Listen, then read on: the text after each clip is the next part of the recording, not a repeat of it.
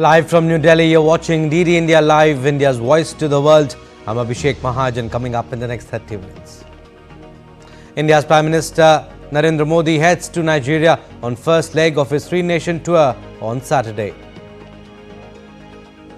US President Joe Biden to meet Chinese counterpart Xi Jinping at APEC Summit in Peru for third in-person talks. Israel strike hits Beirut's southern suburbs as Lebanese officials study US plan for ceasefire. Iran backs Lebanon in ceasefire talks. At least 10 infants dead after massive fire erupts in North India's Jhansi Medical College. And in sports, Tilak Verma, Sanju Samson shine as India beat South Africa by 135 runs to win the fourth T20I, clinch the series 3-1.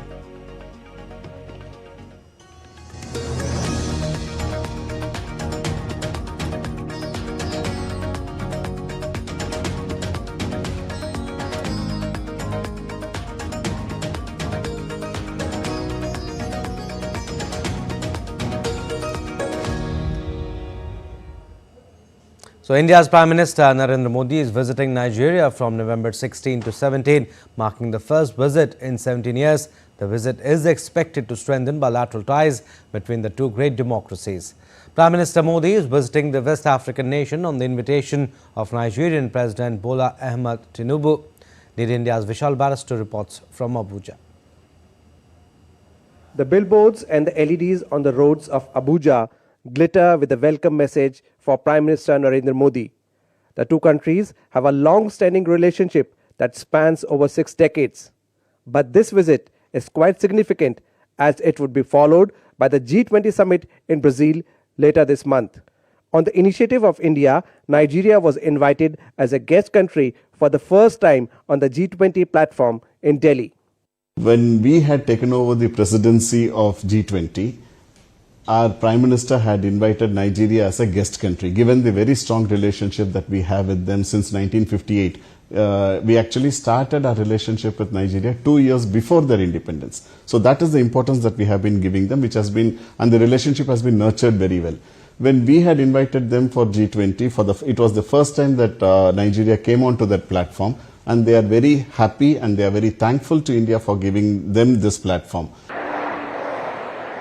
During the 2-day visit, Prime Minister will have a one-on-one meeting with the Nigerian President at the President Villa. MOUs in the field of culture, digital economy and survey are expected to be inked during this visit. A community reception is also planned at Abuja with the Indian diaspora.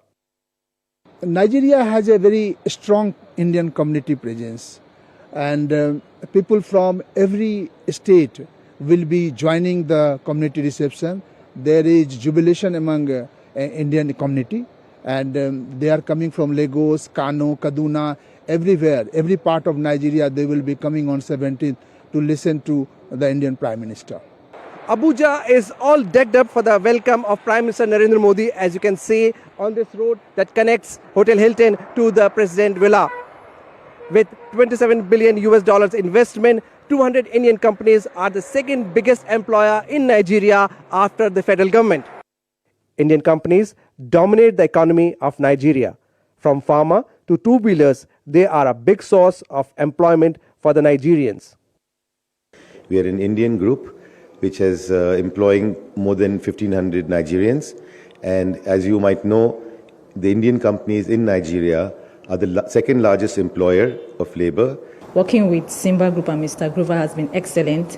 My working with Simba Group for over 5 years, I've gained experience not only in renewable energy, also bicycles. It has helped me, it has impacted me in my career.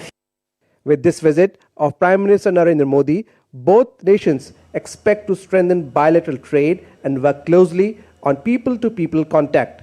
India established its diplomatic mission in Lagos in 1958. 2 years before Nigeria's independence. Vishal Barrister's report for DD India. And Prime Minister Narendra Modi inaugurated the first Bodoland Mahotsav, that is festival at the Sai Indira Gandhi Sports Complex in New Delhi on Friday. The two-day Bodoland Festival is a mega event on language, literature and culture to sustain peace and build a vibrant Bodo society. The fest aims to integrate the indigenous Bodo people residing in Bodoland and other parts of Assam, West Bengal, Nepal and international border areas of the northeast. With the theme Peace and Harmony for Prosperous Bharat, the celebration is also a testament to the transformative impact of 2020 Bodo Peace Accord signed under the leadership of Prime Minister Modi. Prime Minister hailed the accord, calling it a new path of development in the entire northeast. आप पल भर सोचिए, कोई मां, उसका इकलौता बेटा और उस मां ने बहुत लालन पालन से बड़ा किया हो बेटे को, और बेटा अन्य साथियों से मिलकर के हाथ में हथियार लेकर के मां को छोड़ करके जंगलों में भटकता हो,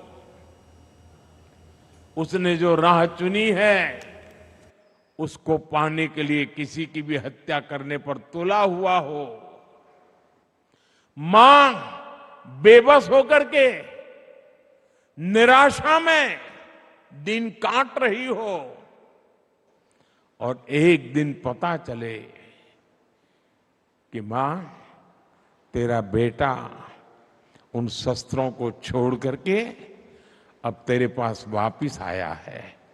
आप कल्पना कीजिए उस दिन उस मां को कितना आनंद होगा।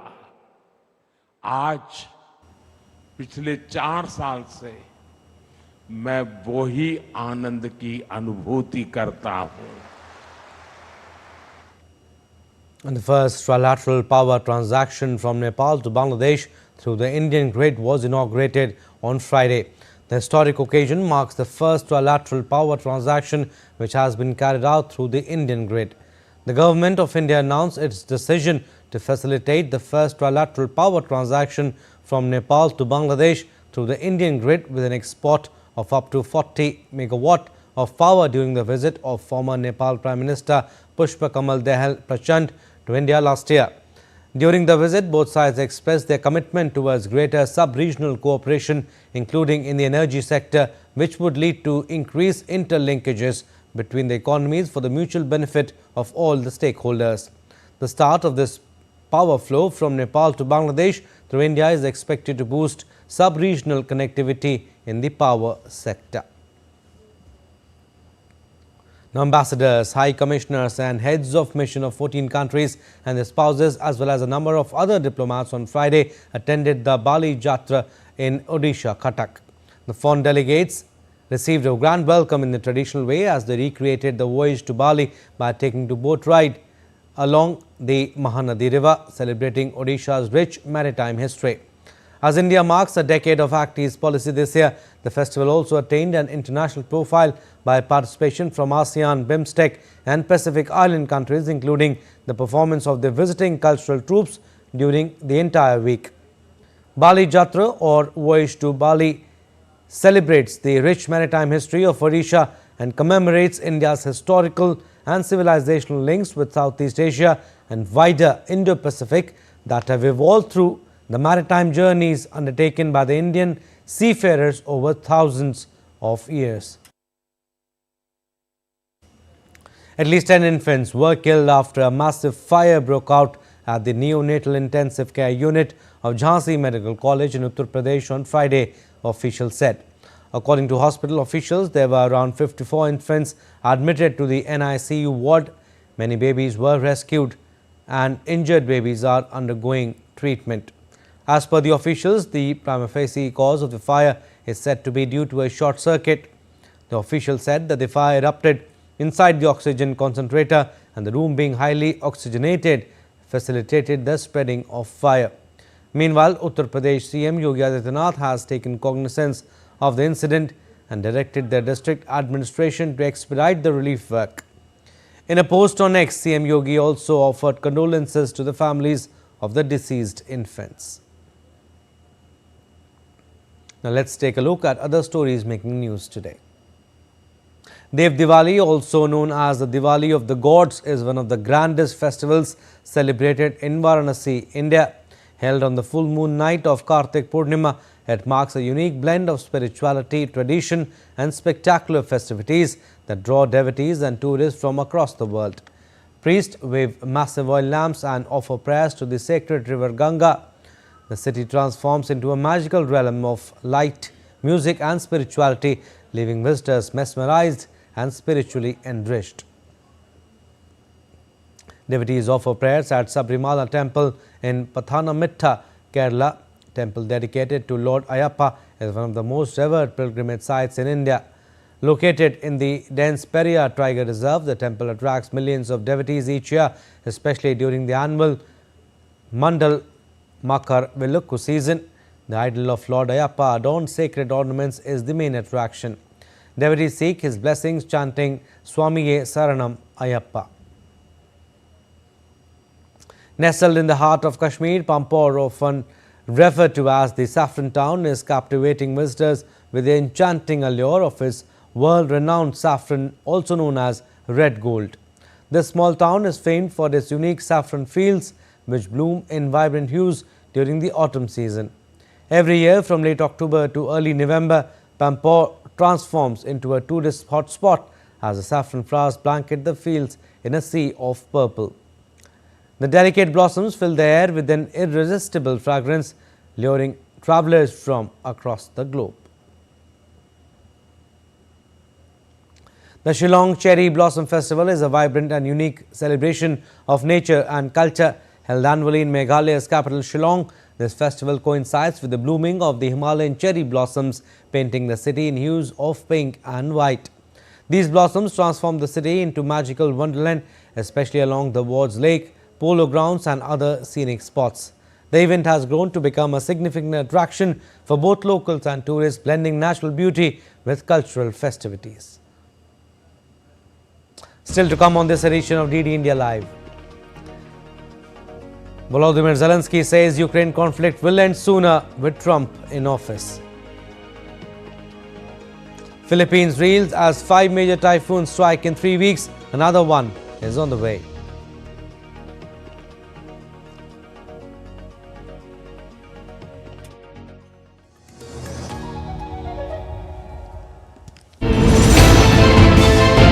Geopolitics and trade deals. Economic challenges amid development. Hard work and the path to prosperity. It's the economy always. Between walkers, money is what money does and says. Supply creates its own demand. Between the bulls pulls and bears tears. When supply chains globalization and India rises to the podium. We'll get you centered with the economic brief at 8 p.m. every Thursday on DD India.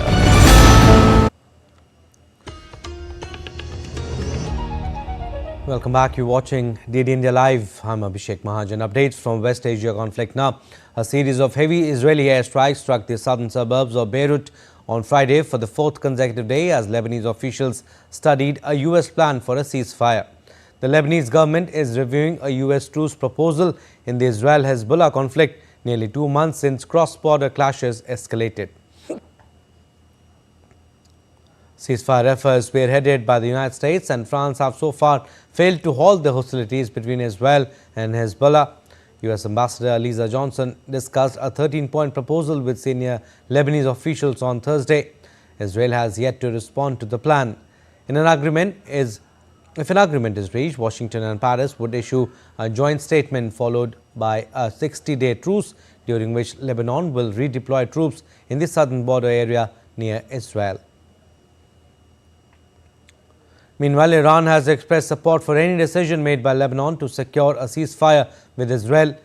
Ali Larijani, a senior advisor to Iran's Supreme Leader Ayatollah Ali Khamenei, met Lebanese officials in Beirut Friday, the third high-profile Iranian solidarity visit since the Israel-Hezbollah conflict began in September.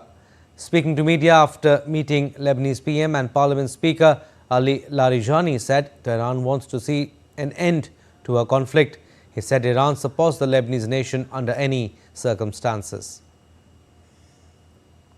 Now, German Chancellor Olaf Scholz initiated a phone call with Russian President Vladimir Putin on Friday, which reportedly lasted about an hour and revolved around different aspects of Russia-Ukraine conflict. Scholz urged Putin to pull his forces out of Ukraine and begin talks with Kiev in their first phone call in nearly 2 years. The Kremlin confirmed the conversation. It said Putin had told Scholz any agreement to end the Russia-Ukraine conflict must take Russian security interests into account and reflect new territorial realities. The German Chancellor urged Russia to show willingness to enter talks with the aim of achieving a just and lasting peace. Now, the Kremlin spokesman Dmitry Peskov said the phone call between Scholz and Putin was highly positive despite deep disagreements. This conversation German side. The political will to learn Russia's position firsthand is something that cannot but cause satisfaction.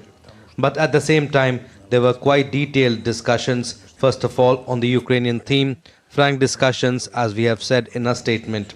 So of course, there are quite deep disagreements, but the very fact of the dialogue is very positive. Meanwhile, Ukrainian President Volodymyr Zelensky said Scholz's call with Putin would open Pandora's box by undermining efforts to isolate the Russian leader. Chancellor Scholz told me that he was going to call Putin. Olaf's call, in my opinion, is Pandora box. Now there may be other conversations, other calls, just a lot of words. And this is exactly what Putin has long wanted. It is extremely important for him to weaken his isolation of Russia, and conduct talks as ordinary talks which won't have any result, the way he did it for decades. Further, Zelensky said the Russia-Ukraine conflict will end sooner than it otherwise would have done once Donald Trump becomes US President next year. He added that he had a constructive exchange with Trump during their telephone conversation after his victory in the US presidential election. Speaking at his Mar-a-Lago resort in Palm Beach in Florida, Trump said, "We are going to work very hard on Russia and Ukraine, and it's got to stop."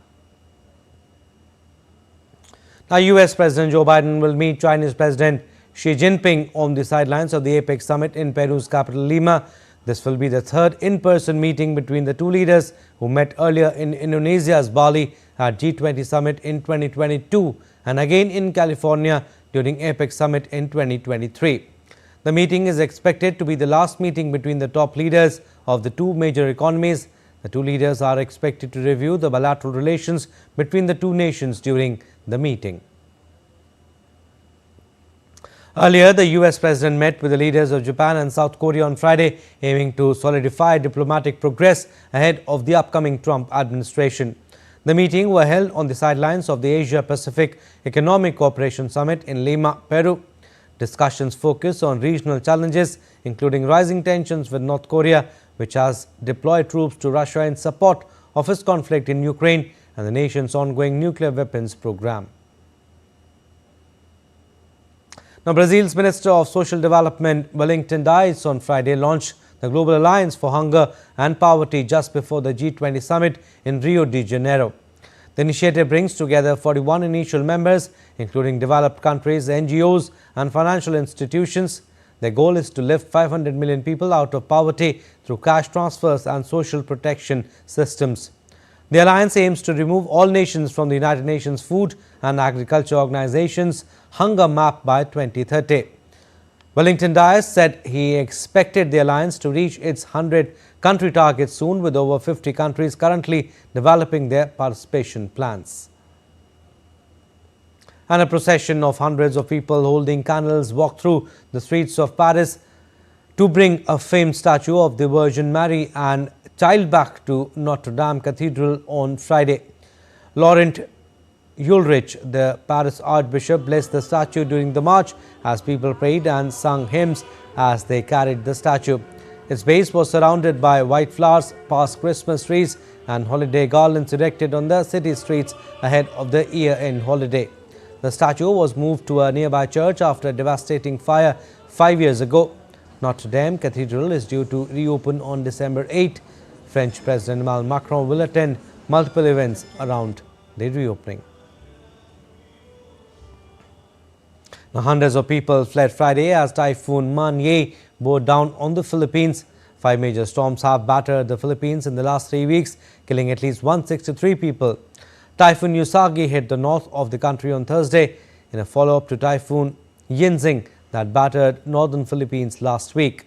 The weather expert says this seasonal episode is the impact of La Nina, a climatic phenomenon in the Pacific Ocean that has pushed more warm water towards Asia, causing heavy rains and flooding in the region and drought in the southern United States.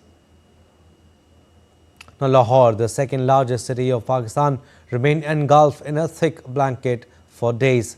Ranking the region to be the world's most polluted city for most of the week, Pakistan declared a health emergency due to toxic smog on Friday, banning construction, shutting schools for another week and moving universities online, while hundreds of thousands of Muslims prayed for rain and forgiveness. Worshippers gathered at over 600 government-run mosques to offer prayer for rain to combat the severe smog situation. Some business news now. Wall Street's main indexes closed lower on Friday, with the S&P 500 and Nasdaq notching their biggest one-day losses in 2 weeks. The S&P 500 lost 78.55 points or 1.32% to end at 5,870.62 points, while the Nasdaq Composite lost 427.53 points or 2.24% to 18,680.12. This comes after Federal Reserve Chair Jerome Powell pointed to a slower pace of interest rate cuts. Powell said on Thursday the central bank did not need to rush to lower interest rates due to ongoing economic growth, a solid job market and inflation that remains above its 2% target.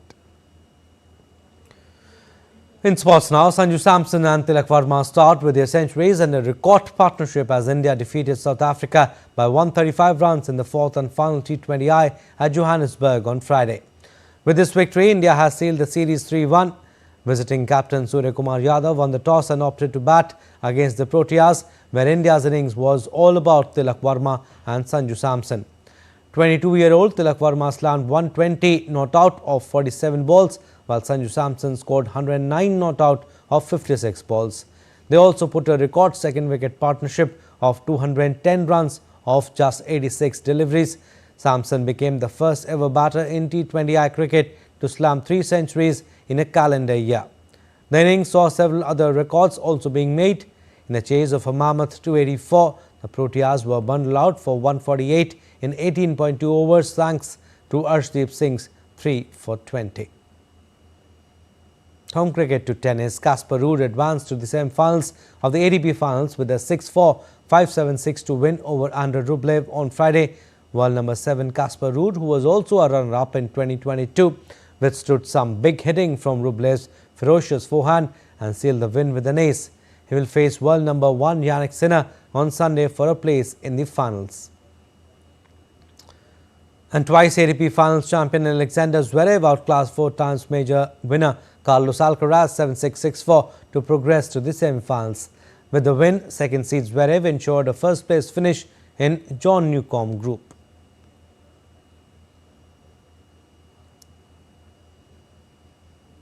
And a radiant full moon illuminated the skies over Cairo and the Giza pyramids on Friday.